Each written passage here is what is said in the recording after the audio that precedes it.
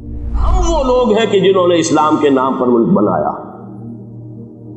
کوئی ملک دوسرا دنیا میں اس وقت اسلام کے نام پر نہیں بنا. ہم وہ لوگ ہیں پاکستان بنانے کے لیے لاکھوں جانیں مسلمانوں کی کلمہ گوؤں کی گئی اور ہزاروں عصمتیں لوٹی اور نہ معلوم کتنی مسلمان لڑکیاں اور عورتیں جو ہے رہ گئی پھر بھی ہمیشہ سکھوں کے پاس, اور وہ آئی نہیں پاکستان اس اسلام کے نام پر. اور کیا کیا ہے ہم نے؟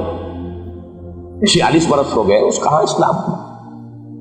لہذا اس سے بڑی مجرم قوم اربوں کے بعد ہم یہ کہہ سکتے ہیں ہمارا عام آدمی قرآن نہیں پڑھتا, قرآن جانتا نہیں, ٹھیک ہے ابلی ہے کچھ نہ کچھ, اس اعتبار سے ان کے بعد نمبر ہمارا ہے, لیکن باقی پوری دنیا کے مسلمانوں سے بڑھ کر مجرم. اور ہم اصل میں نہ صرف یہ کہ خود اپنے حصے کے مجرم ہیں, بھارت کے مسلمانوں کا بھی سارا وبال ہماری گردن پر ہے. آج میں چاہتا ہوں کہ اس کو آپ اچھی طرح نوٹ کریں. بھارت کے مسلمانوں نے, جسے آپ فرض کفایہ کہتے ہیں, نماز جنازہ فرض کفایہ, چند لوگوں نے بھی کسی مسلمان کی نماز پڑھ لی تو سب کی طرف سے ادا ہوگی, کسی نے بھی نہیں پڑھی تو سب مجرم ہو جائیں گے, بستی کے سب لوگ مجرم ہوں گے. بھارت کے مسلمانوں نے فرض کفایہ ادا کیا جب پاکستان بنوا دیا آپ کو, اور اس کی قیمت آج بھی وہ دے رہے ہیں. کھلے نعرے لگ رہے ہیں مسلمان کے 2 استھان, پاکستان یا قبرستان, تیسرا کوئی جگہ. ڈنکے کی چوٹ کہا بابری مسجد کے بعد ایل کے اڈوانی نے, ہم ساری مسجدیں گرا دیں گے ہندوستان, کوئی مسجد باقی نہیں. ڈنکے کی چوٹ اعلانیہ, یہ سب کچھ ہو رہا, اور یہ نعرے تو نہ معلوم کب سے لگے, اور نہ معلوم کب سے میں یہاں ان مسجدوں کے اندر بھی اور اپنی تقریروں میں غور کرتا رہا کہ کیا وہاں ہو رہا, لیکن ہمارے تو کان پر جو نہیں رینگتی. ہمارے تو وہی دھندے ہیں, وہی کاروبار ہے, اپنا بزنس ہے, اس کے سارے مسئلے ہیں, اس کی اپنی بلڈنگیں ہیں, اپنی موٹریں ہیں, اپنے ٹیلی ویژن ہے, اپنے کئی کورسز کے ڈنرز ہیں. اللہ خیر صلی, ہمیں بحث کیا اسلام سے؟ تو بتائیے ہم سے بڑا مجرم کون ہوگا؟ آج جو کچھ ہندوستانی مسلمان پر بیت رہی ہے اس کا جرم ہمارے کندھے پر. یہ میں جذباتی انداز میں نہیں کہہ رہا, میں تو 2 اور 2 4 کی طرح ثابت کر سکتا ہوں.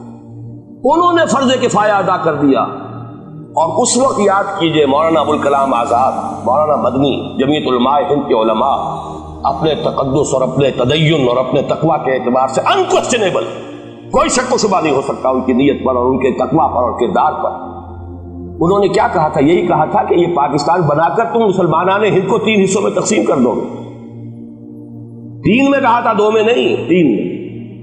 حالانکہ بظاہر تو ایک پاکستان بن رہا تھا نا, لیکن یہ مولانا ابوالکلام آزاد کے الفاظ تھے کہ 25 برس سے زیادہ یہ 2 خطے یکجا نہیں رہ سکتے. اور 25 برس کیا, 24.25 برس میں ٹوٹ گیا پاکستان.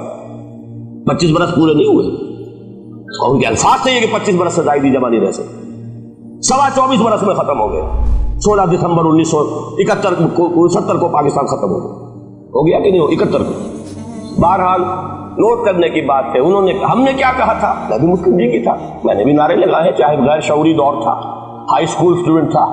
پاکستان کا مطلب کیا, لا الہ الا اللہ, فلک شگاف نعرے لگائے ہیں, اور نوائے وقت کا پرچہ انتظار کرتے تھے اسٹیشن پر کھڑے ہو کر, حساب ریلوے اسٹیشن کے اوپر, کہ اب گاڑی آئی اور اب نوائے وقت لیا اور پھیل گئے پورے شہر میں اس کو پہنچانے کے لیے.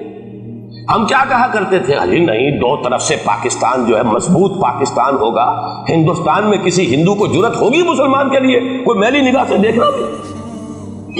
وہ سارے خواب کہاں گئے, وہ تو حرم ہوئے. وہ 2 طرف کا جفا تھا وہ تو ختم ہوا, اس لیے کہ وہ زنبور تو اب رہا ہی نہیں, وہ تو کھل گئی, نوٹ ہی ختم ہوئی وہ مشرقی پاکستان. اور حال یہ ہے کہ آپ کی وزیر اعظم بنگلہ دیش نے یہ بھی پسند نہیں کیا کہ بابری مسجد پر جو بیان تھا وہ نواز شریف صاحب کے ساتھ مشترک بیان دے دیں. یہ اشتراک بھی دنیا کے سامنے نہ آ جائے. یہ مشرقی پاکستان سابقہ اور اس وقت بنگلہ دیش کی وزیر اعظم, اور مغربی پاکستان جو اب وٹ ریمینز آف پاکستان کے تحت صرف پاکستان ہے, اس کے وزراء اعظم نے مشترکہ بیان دے دیا. یہ بھی نہیں آنا چاہیے. یہ حال ہے ہمارا. حالانکہ بات اپنی جگہ پر کوئی ایسی نہیں تھی, کوئی سیاسی نہیں, ایک مذہبی معاملے کے اوپر اظہار رائے کرنا تھا. انہوں نے کہا نہیں, آپ کے ساتھ مشترک بیان نہیں دوں گی, نہیں دیا. تو وہ جو تھا 2 طرف سے جب تھا وہ تو 71 میں کھل گیا. جو ہمارا حال ہے وہ تو ہونا ہی تھا. یہ ملک بنا اسلام کے نام پر, اس کا استحکام ہو سکتا تھا تو صرف اسلام کی بنیاد پر ہو سکتا تھا. اسلام سے غداری کی, لہذا یہاں تو اب قومیتیں ہیں, یہاں تو اب ایتھنک اور ریجنل اور نہ معلوم کس قسم کی اور لنگوسٹک جو ہے نیشنلٹیز ہیں, نیشنلزمز ہیں, وہ جو ایک امت ایک وقت میں بن گئی تھی, ایک قوم, مسلم قوم ہندو کے مقابلے میں, وہ تو ختم ہوئی. اور حال کیا ہو گیا ہے اس سے پہلے بھی کبھی کبھی ہندو مسلم فسادات ہوتے تھے. کیا سندھ سے مسلمان نہیں پہنچ جاتا تھا وہاں ریلیف کے لیے؟ کیا پنجاب سے اور سرحد سے مسلمان نہیں جاتے تھے؟ بہار نہیں گئے تھے؟ کیا کانپور کی مسجد شہید ہوئی تھی 1915 میں تو پوری ہندوستان سے مسلمان نہیں پہنچے؟ آپ کیا کر رہے ہیں؟ مندر گرا دیے. یہاں بڑی بہادری کا کام کیا, مندر گرا دیے. شرم سے ڈوب مرنے کا مقام. یہاں بھی گویا کہ ہم اپنے عمل سے اسلام کی مخالفت کر رہے ہیں. اسلام تو اجازت نہیں دیتا. آپ کسی اور کے جرم کی سزا کسی اور شخص کو نہیں دے سکتے. ہمارے پاس تو یہ سیکریٹ ٹرسٹ ہیں. یہ لوگ ذمہ وہ اپنے آپ کو منواتے نہیں, لیکن ہمارے تصور سے, اسلام کے تصور سے ذمہ ہے. ان کی جان, مال, عزت, آبرو, ان کی عبادت گاہوں کی حفاظت کا ذمہ ہے ہمارا. ایک بڑی بہادری کی ہے. ذرا سوچئے تو صحیح, کیا دنیا نے سوچا ہوگا. نتیجہ کیا نکلا؟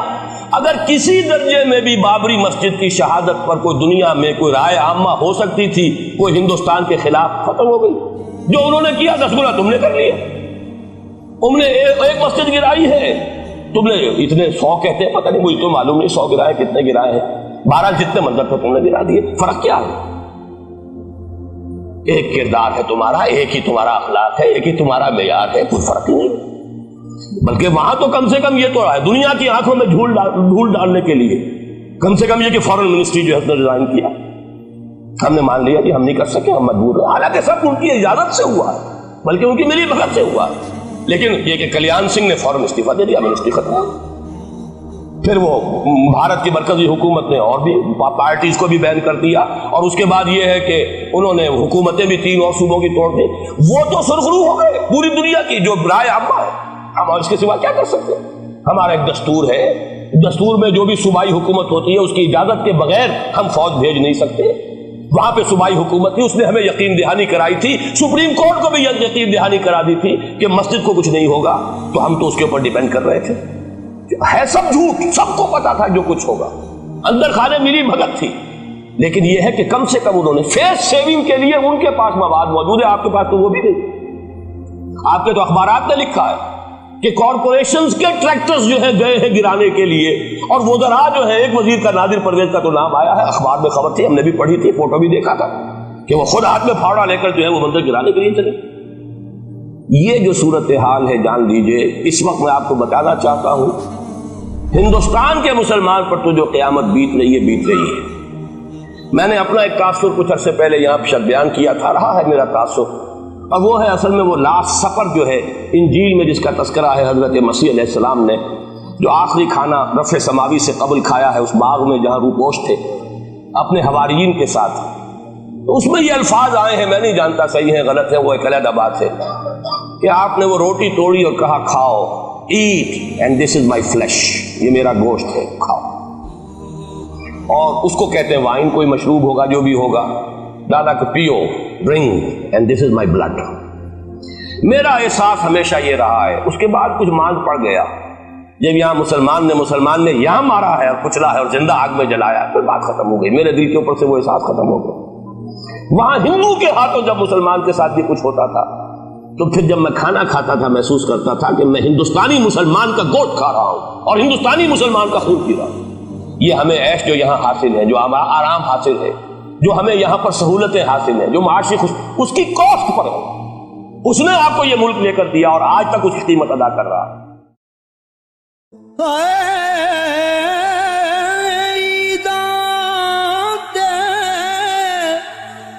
شب رات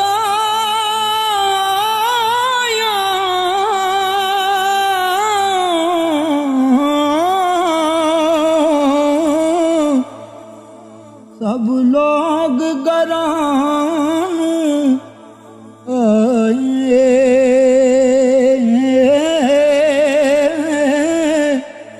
او نہیں آئے او پرت محمد جو آپ ہتھیں دفنائے.